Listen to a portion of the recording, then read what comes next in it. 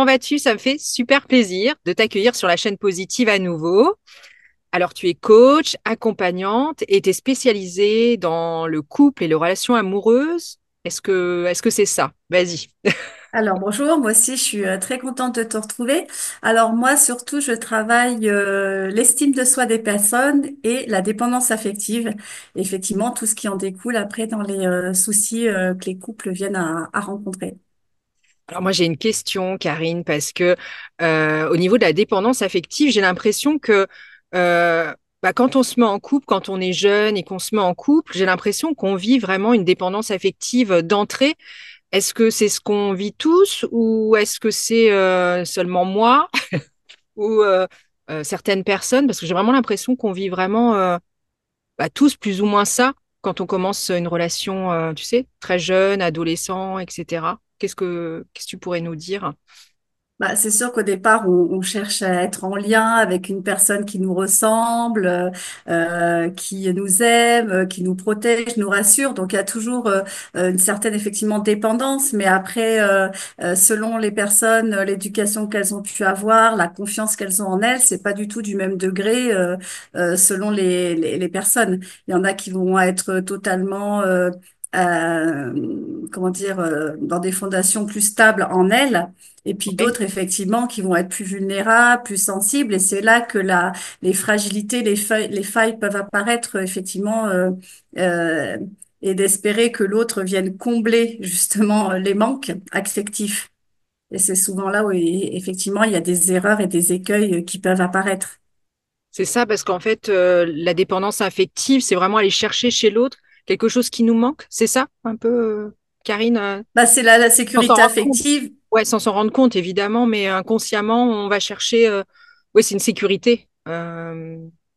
Parce qu'on Alors sait. après, c'est conscient ou non, mais Ouais, on sait qu'en général, c'est une insécurité qu'on a vécue et on cherche à être rassuré par l'autre c'est ça. euh, et à le tenir un peu responsable de notre amour. Et Ouais. souvent, ça vient chercher le fait est qu'on ne s'aime pas soi-même suffisamment pour mener une stabilité émotionnelle. Donc, c'est ce qu'on vient un petit peu, on vient perfuser l'autre pour rechercher ça. Et c'est là souvent, eh ben, effectivement, qu'on s'aperçoit que sur le long terme, si l'autre n'est pas dépendant, bah, ça crée beaucoup de soucis. Et quand il y a deux dépendants, alors là, le travail il est encore autre parce que là, on est carrément en miroir. Mais ça peut être Ah, très, très intéressant aussi. Parce que là, je trouve que c'est encore plus riche parce que du coup, si l'amour est vraiment, comment dirais, fort, là, on a le goût et l'investissement d'y parvenir et de voir qu'est-ce qui se passe, pas forcément dans les bons côtés, mais plus dans les manquements l'un de l'autre. Parce qu'il faut pas qu'on soit le pansement l'un de l'autre. c'est ça. Alors, tu veux dire que une relation de dépendance affective, on peut très bien quand même la soigner ensemble si on s'en rend compte, etc. C'est possible, ça. Alors, ça dépend le degré de dépendance, ça dépend aussi comment dirais-je, oui, il faut pas non plus que ça soit quelque chose qui soit destructeur. C'est Là, ça. là, il faut avoir un recours à quelqu'un pour aider, à quelqu'un d'extérieur. Mais si je dirais, on a fait un travail en introspection avant, chacun de son côté, avant de débuter une nouvelle relation, on a bien pensé le deuil, on a bien guéri des blessures. Là, après, effectivement, on ne donne pas à l'autre la charge de notre passé, puisqu'on a déjà travaillé dessus. Oui, Donc, du coup, ça oui, concerne que la dépendance actuelle du couple et voir encore s'il reste deux, trois trucs. Mais en fait, c'est ensemble, c'est sur le commun qu'on vit actuellement, pas sur le passif. oui, c'est Et ça. c'est là souvent qu'on cherche des fois dans nos compagnons respectifs à ce qu'ils comblent nos manquements, nos blessures. Mais en fait, c'est pas nos rôles, en fait. Nous, nos rôles, c'est d'évoluer ensemble. C'est pour ça qu'on dit tout le temps, on n'est pas là, il faut être là avec la personne, mais pas pour la personne. Ouais, c'est ça nos C'est erreurs. plutôt, Enfin, je c'est me reconnais. complètement, voilà, complètement différent. Ouais, On est ouais. là avec pour grandir, pour évoluer ensemble. Et puis, bon, bah, au départ, on a un rôle défini dans le couple, mais après, il évolue aussi dans le temps. Et il faut voir si on a toujours les mêmes besoins, toujours les mêmes, comment dirais, les mêmes challenges à faire ensemble ou pas. Qu'est-ce que chacun veut aussi personnellement, parce que ça compte aussi, je trouve, même dans le parcours. qu'est-ce qu'on y met dans la relation et qu'est-ce qu'on veut aussi pour soi et d'en discuter régulièrement. Oui, oui, très bien. Mais une petite question aussi par rapport aux relations toxiques. Est-ce que ça a un rapport avec la dépendance affective ou pas du tout? Parce qu'il y a beaucoup de relations toxiques. On en parle beaucoup, les pervers narcissiques, etc. Euh, si l'autre a une dépendance affective, est-ce qu'elle va être plus, est-ce qu'on va être plus à même d'attirer ces personnes-là? Est-ce que ça a un rapport ou... Alors effectivement, ça peut jouer si on Oui, est déjà quelqu'un de fragile, avec une mauvaise estime de soi, qu'on ne sait pas s'affirmer, qu'on ne sait pas se faire respecter. Effectivement, c'est comme si on était très visible pour ces genres de prédateurs. Et là, effectivement, on peut rencontrer souvent des pervers narcissiques. C'est un petit peu là où justement il y a danger parce que la personne qui est vulnérable va accepter souvent l'inacceptable. Et c'est là qu'il faut faire attention.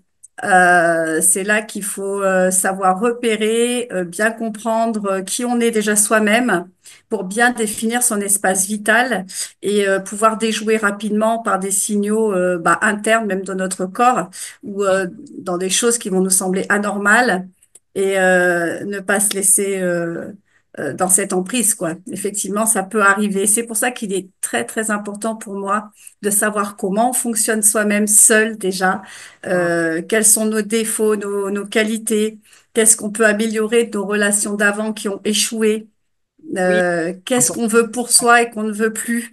C'est des introspections, malheureusement, qu'on ne veut pas trop faire parce qu'on est vite pressé de ne plus se retrouver seul en amour. Oui, puis Mais souvent, malheureusement, c'est ce qui oh, fait qu'on... ouais, Mm. ouais, et puis souvent, Karine, moi j'ai remarqué, bon, je vais parler de mon expérience, je connais que celle-là, on a tendance à reproduire la même chose si on travaille pas sur soi. Est-ce que j'ai raison ou pas? Que si on travaille pas sur soi-même, on va reproduire des relations enfin, pas forcément similaires, mais assez identiques quand même, quoi, au bout du compte. Bah, c'est-à-dire que c'est comme un deuil de n'importe quel ordre. Si tu le fais pas par rapport à la relation que tu viens de clôturer avant, Ouais, bah, tu ne pourras pas comprendre les mécanismes de ce qui n'a pas fonctionné, hein. Et du coup, euh, il y a quand même, je trouve, un temps de solitude à avoir, de pas être pressé, à moins que ça ne soit pas une relation où tu vas t'engager plus que ça. Si c'est juste avoir des relations de sex friends ou de trucs comme ça, bon, bah voilà, ça nécessite pas forcément d'introspection plus que ça. Mais si tu souhaites t'investir vraiment avec quelqu'un dans la durée, je trouve qu'il est quand même important de se poser avant et pour être prêt ensuite, pleinement prêt à accueillir la nouvelle relation et à pas retomber dans les mêmes schémas, dans les mêmes scénarios de vie. c'est Parce ça. que si t'as pas appris d'une erreur, bah en fait ça sert à quoi? Tu vas la réitérer après et tu vas te recasser la figure direct. Donc pour moi, enfin il me semble quand même que c'est très très important. Euh, Ah, je et suis après, et après ça, tu peux le faire même dans le couple, régulièrement avoir des moments, rien que pour tous les deux, où on peut rediscuter des choses qui ont amené des conflits, parce que un couple qui va bien, c'est pas un couple qui se dispute pas, hein. Oui, non, c'est sûr. Donc, il y a une certaine Ok. maturité à se dire les choses, à comprendre le point de vue de l'autre, mais réellement, vraiment, sincèrement. Et à dire, ah oui, moi, j'avais pas vu que... Et en fait, c'est quand tu vois que tu grandis de ça. C'est pour ça que je dis d'être là, avec l'autre, pour comprendre son monde et qu'il comprenne le tien. Et qu'après, qu'est-ce qu'on met dans notre relation avec ça? C'est quoi la base sécuritaire de notre relation? C'est ça que je trouve intéressant, moi, et très riche, en fait. Ah oui, non, c'est Euh, important ce que tu mm. dis. Ouais, ouais, ouais, c'est très important. C'est clair, parce que c'est pas rien, hein, le couple, enfin les relations en général, hein, on est certainement sur Terre pour travailler les relations, mais le couple, c'est quand même pas simple, hein, Karine. C'est vrai, faut être honnête. Tu pourrais nous dire un petit peu quelle est la différence alors entre rencontrer quelqu'un par amour véritablement ou juste attirance, dépendance, quoi, quelque part. Tu vois ce que je veux dire? Est-ce que tu vois c'est pas toujours facile, je trouve, de savoir si c'est une vraie relation amoureuse ou si c'est simplement, tu vois, on parle du coup de foudre, mais le coup de foudre, c'est pas quelque part, c'est pas de l'amour, c'est une attirance, quoi. Je sais pas ce que t'en penses. Alors après, c'est libre à soi de ce qui résonne à l'intérieur de soi, parce que tu peux avoir un coup de foudre et rencontrer bah, ta flamme jumelle, par exemple. Quand on Ouais. parle de ça, c'est un peu Oui, à la mode en ce moment, mais ça, tu le ressens à l'intérieur de toi. Moi, je dirais que tu le ressens dans le moment où la personne te ah oui, révèle dans la relation. Pour moi, quelque chose qui est fort et qui peut être constructif et durable, c'est quand tu te rends compte à travers la relation, tu évolues toi aussi. C'est ça que je trouve qui montre que tu es peut-être sur la bonne voie parce qu'on grandit ensemble, mais aussi, toi, tu t'aperçois que tu ouvres des parts de toi que tu n'avais jamais expérimentées, jamais mis en avant. Pour mieux traduire qui tu es. Parce que moi, surtout, ma mission, c'est de libérer les êtres.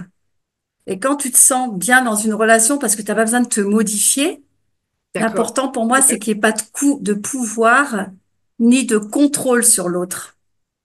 Bien Et sûr, ouais, si dans cette relation, tu arrives à être toi avec cette composante et que l'autre, c'est pareil, bah là, tu le sens, coup de foudre ou pas, tu le sens si tu es en alignement complet avec ce que tu voulais pour toi, pour l'autre et pour la relation. d'accord. Très bien. Super. Voyons, tu donnes des clés là quand même, hein, en peu de temps. C'est Bah magnifique. écoute, ouais, moi je suis là, moi je suis pas une experte dans le domaine de l'amour, mais Quand tout du moins même. je peux transmettre ce que j'ai appris, ce que j'ai expérimenté, et si ça peut aider, bah voilà, c'est là les clés, les pistes que je souhaite effectivement amener. Ouais, ouais, ouais. Non, mais merci déjà pour tout ça. Euh, Tu voulais rajouter quelque chose par rapport à ce qu'on a dit? Je réfléchis en même temps si j'ai d'autres questions qui me viennent. Bah moi, je dirais après qu'il y a ce qui est important aussi, c'est les étapes à franchir dans la vie, parce qu'après, bah, comme en amitié ou comme dans le monde professionnel, après, on change aussi, on grandit. Et ça aussi, c'est de le remettre en perspective régulièrement avec l'autre. Quels sont nos besoins? Parce que souvent, je vois des gens qui me parlent aussi que au sein de leur couple, et ben, ça peut être des mamans qui, justement, à un moment donné, veulent être plus femmes et retravailler aussi à l'extérieur. Ça peut être des hommes qui ont envie de se challenger, je sais pas, au niveau sportif ou dans un autre truc. Et du coup, en fait, ça déstabilise l'autre parce qu'il se dit, merde, moi, je suis amené ce repère-là. Tu sais, on a tous des rôles dans le couple. Oui, oui, bah, L'homme va amener un truc pratique, la femme va amener peut-être plus l'émotionnel. mm, Et quand l'homme voit que la femme veut s'émanciper, il se dit, merde, je vais lui amener quoi, moi, du coup? Et en fait, c'est là que la confiance, quelle confiance il y a dans le couple, sur quoi elle repose? Et de se réjouir pour l'autre de son évolution et de mm, pas s'inquiéter. On va pas perdre l'amour forcément de l'autre. Il est juste à se redéfinir dans ce qu'on veut. Et je trouve que c'est là souvent l'écueil aussi. Parce qu'il y a des craintes pour soi. Forcément, quand l'autre change, ça va mm. bouger tes codes aussi parce que tu vas être obligé quelque part de te replacer. C'est ça que je voulais rajouter. Ouais, non, mais c'est magnifique. Euh, Qu'est-ce que tu penses aujourd'hui des relations hommes-femmes? Est-ce que tu trouves que c'est pas plus compliqué qu'il y a ouais, il y a 10, 15 ans, depuis qu'il y a les réseaux sociaux, depuis que les femmes veulent prendre leur place, bah, que les hommes ont peut-être des difficultés à aller au-devant des femmes pour les séduire parce que il se passe plein de choses en ce moment, tu sais, euh, au niveau des infos, etc., des choses qui sont un peu sombres.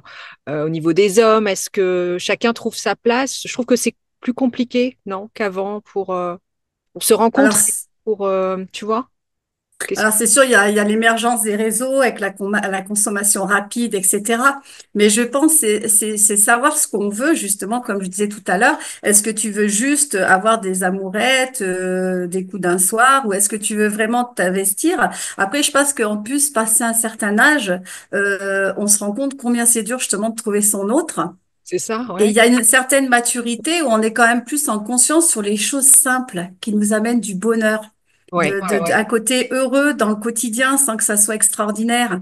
Quand tu retrouves ton autre, c'est un peu ton apaisement en fait. Quand on est l'un avec l'autre, l'un contre l'autre, qu'on fait des belles sorties, finalement c'est simple.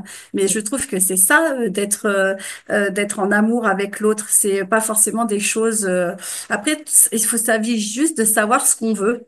C'est ce qu'on veut, et puis de s'apercevoir que quand on a quand même une bonne partie des qualités qu'on recherchait chez l'autre, de se dire, bah, je crois qu'on peut aimer aussi ses défauts. Tu vois ce Oui, que je veux dire? Enfin, voilà. Parce que du coup, ça fait un équilibre. Et Oui, tant que tu aimes autant les qualités que les défauts, tout va bien. oui, donc tu veux C'est dire, quand, voilà. ouais, tu veux dire ne pas vouloir chercher constamment la perfection et plutôt se contenter aussi de la personne qu'on a. C'est ça que tu veux dire? Peut-être qu'il y a une consommation, c'est ça aussi actuellement. Voilà, et Aussi. puis de pas prendre pour acquis cette personne, Ouais, parce que ouais. du coup, à chaque fois que tu vas voir l'être aimé, tu vas toujours avoir ce truc à le découvrir, découvrir une part de lui que tu n'auras peut-être pas saisi. C'est pour ça que ce que je recommande moi dans les relations aussi, c'est pas de se jeter tout de suite, de faire ça progressivement, parce que je crois qu'on prend plus le temps de découvrir l'autre progressivement avec des sorties au départ que le week-end, après des petites vacances, après parce que finalement déjà tu peux découvrir l'autre et puis après quand tu veux passer à la phase de vivre avec l'autre, là tu le découvres un petit peu sur les phases moins fun quand tu es pris dans le quotidien. Par le C'est ça. travail, par le boulot. Et c'est bien d'expérimenter avant la connaissance de l'autre et surtout de ne pas l'imaginer que c'est ta propriété. Et moi, je trouve ça super séduisant, cette idée de ne pas penser que il t'appartient, parce que du coup, tu es quand même toujours en vigilance. Ouais, oui, oui. Tu vois ce que je veux dire? Alors, pour celles qui veulent s'apprêter ou celui qui veut toujours paraître sympa, enfin voilà, pas sympa, mais toujours beau, toujours machin, mais c'est aussi toujours avoir une certaine attention Oui, oui, oui. pour que l'histoire soit stimulée, en fait, finalement, Oui, prendre le et temps, pas reposer, voilà. prendre le temps et puis oui, je vois bien ce que tu veux dire. Ben, super pour tous ces conseils. Merci, Karine. Avec plaisir. Non, bah, c'est super. En tout cas, tu donnes des clés là et bah, ça apporte beaucoup. Tu veux conclure sur quelque chose pour ajouter Hmm. un petit peu Bah moi, je dirais que pour bâtir un amour pérenne, il me semble que si tu continues à prendre sur toi, sur l'autre et sur la relation, bah c'est le meilleur investissement pour que tu puisses, comment dire, atteindre quelque chose de l'ordre du bonheur justement et de l'évolution, mais c'est un investissement de chaque instant. C'est-à-dire qu'il faut y mettre aussi du sien, regarder, voilà. Et je pense que tant qu'il y a tout le temps quelque chose à découvrir, bah c'est que donc on est sur la bonne voie. Enfin, il me semble. ouais, bah, c'est joli. Merci pour ces derniers mots là qui sont juste magiques. Bah, merci pour ce bel échange, Karine. Alors, on peut te retrouver donc sur ton site, c'est Accueil du présent, c'est ça? Oui, accueil du présent, ouais. Je vais Point le mettre com. en lien en dessous. Et puis, bah, tu es coach aussi. Donc, si on veut plus de renseignements, bah, chacun regarde un petit peu voilà, sur ton site directement. Oui. Ou sur ma page, oui, Karine Bursten, où je propose donc des coachings individuels, soit en visio, en présentiel, ou en groupe de parole aussi. Et ça, Eh c'est ben, plutôt pas mal. Mm. super. Bah, merci à toi en tout cas. Merci infiniment. Puis belle journée. Bon, bah, Les amis, super. alors je suis Marie-Céline, je suis coach accompagnante et naturopathe. Alors si tu as besoin d'un coaching, d'un suivi, eh bien il te suffit de m'écrire à marieconseilnature@gmail.com pour m'expliquer un petit peu ta situation et pour qu'on prenne rendez-vous pour un coaching en ligne ou à domicile pour ceux qui habitent à côté de chez moi. Voilà, alors à très vite, bisous.